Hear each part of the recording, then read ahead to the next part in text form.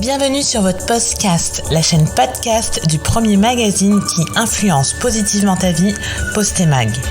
Actu, débat, témoignages, psycho, lifestyle, voyage, santé. Installe-toi confortablement, prends un thé, c'est ton moment. Rejoins cette fabuleuse communauté et abonne-toi pour ne manquer aucun épisode.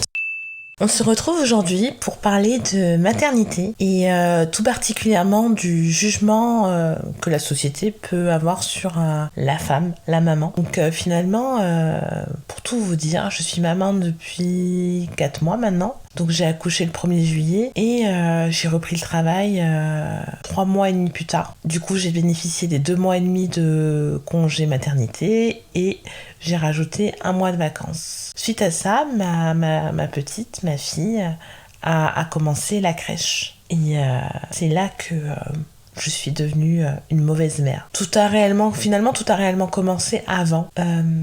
Parce qu'on a trouvé une crèche en mars. Et j'étais contente parce que finalement, je sais que les gens galèrent pour trouver une solution de garde pour leur enfant. Mais en même temps, j'étais assez angoissée parce que je savais que j'allais devoir la mettre à la crèche et qu'elle n'était même pas encore née, que je devais déjà penser à une solution de garde, à la confier finalement. Donc j'avais même pas encore pu la voir, même pas encore pu profiter d'elle, que je devais organiser sa garde. Donc ça m'angoissait, mais j'étais contente aussi de me dire que c'était pas une problématique de trouver un endroit pour la garder. Et là, les premières remarques, elles sont apparues, et plutôt dans mon entourage, parce que pour tout le monde, ça faisait tôt qu'elle rentre à la crèche à 3 mois et demi.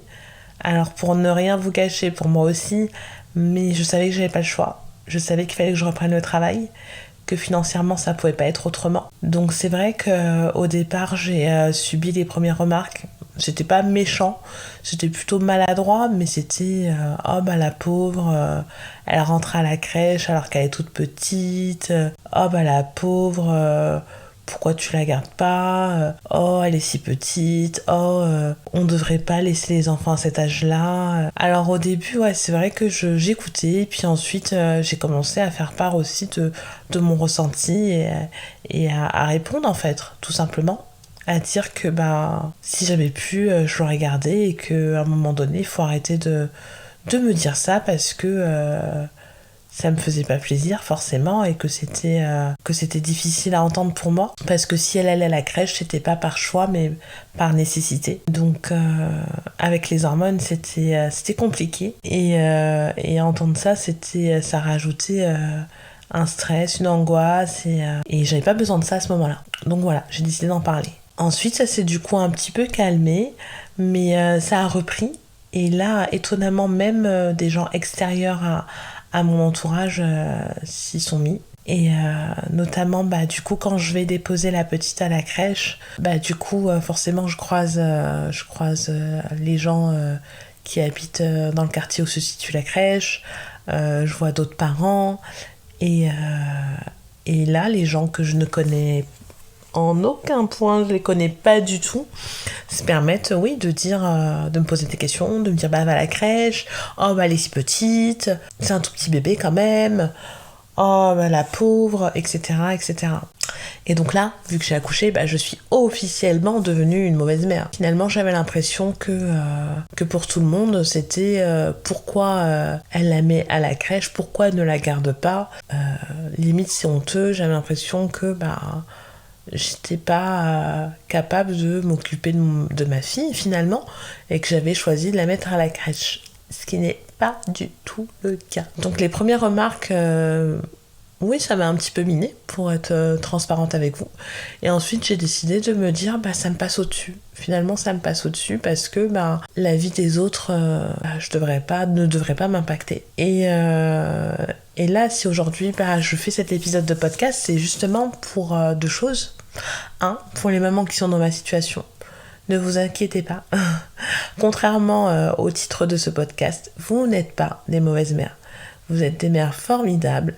Et si vous devez confier votre enfant pour aller travailler, vous n'avez pas le choix, et vous êtes forte.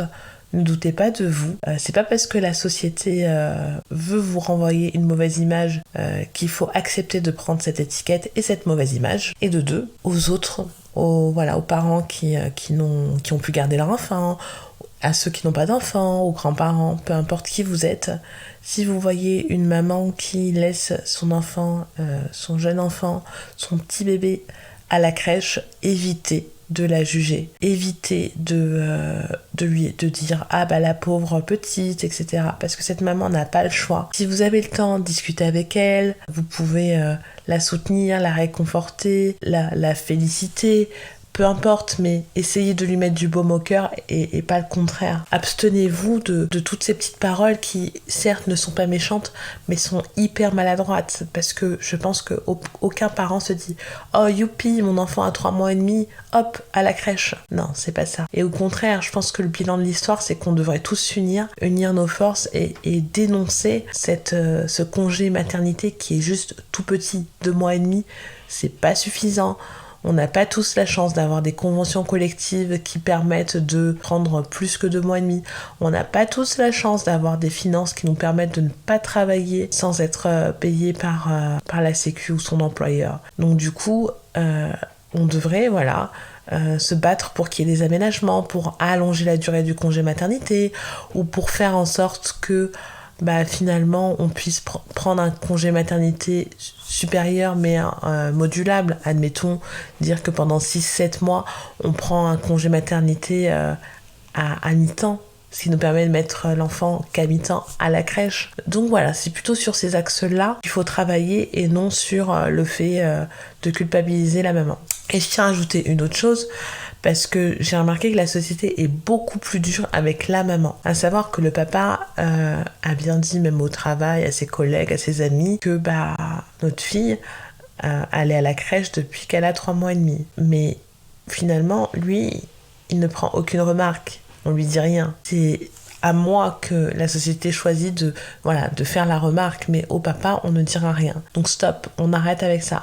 Alors pour moi, il ne faut faire la remarque ni au papa ni à la maman, mais on arrête de vouloir culpabiliser les mamans, c'est-à-dire de se dire la maman elle a un bébé, c'est à elle de s'en occuper, c'est à elle d'arrêter de travailler, c'est à elle de subir les remarques si elle laisse son enfant trop jeune. Non, on arrête ça. Là, 2022, il faut arrêter tout ça. Et voilà, j'espère que ce petit épisode qui est assez court finalement éveillera les consciences et permettra aussi de vous rendre compte que parfois vous pouvez être maladroit dans vos paroles et qu'il faut faire attention parce qu'on n'est pas toutes capables d'encaisser ça et vous ne savez pas l'état d'esprit de la maman, si elle sort d'un baby blues, si elle est en dépression, comment elle vit sa nouvelle maternité.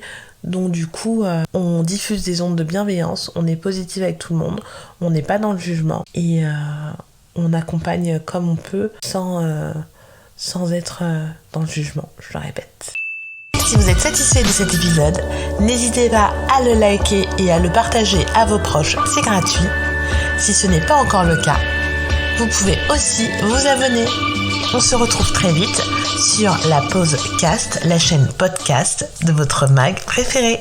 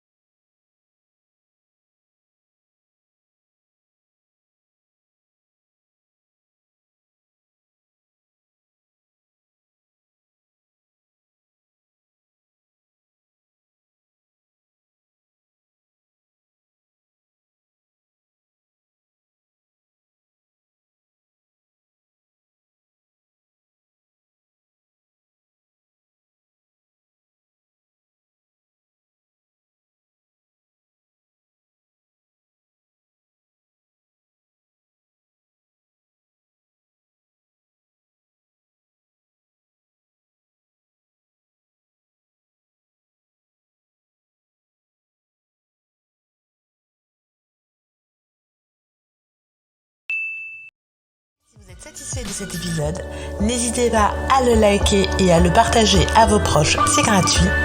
Si ce n'est pas encore le cas, vous pouvez aussi vous abonner. On se retrouve très vite sur la pause cast, la chaîne podcast de votre mag préférée.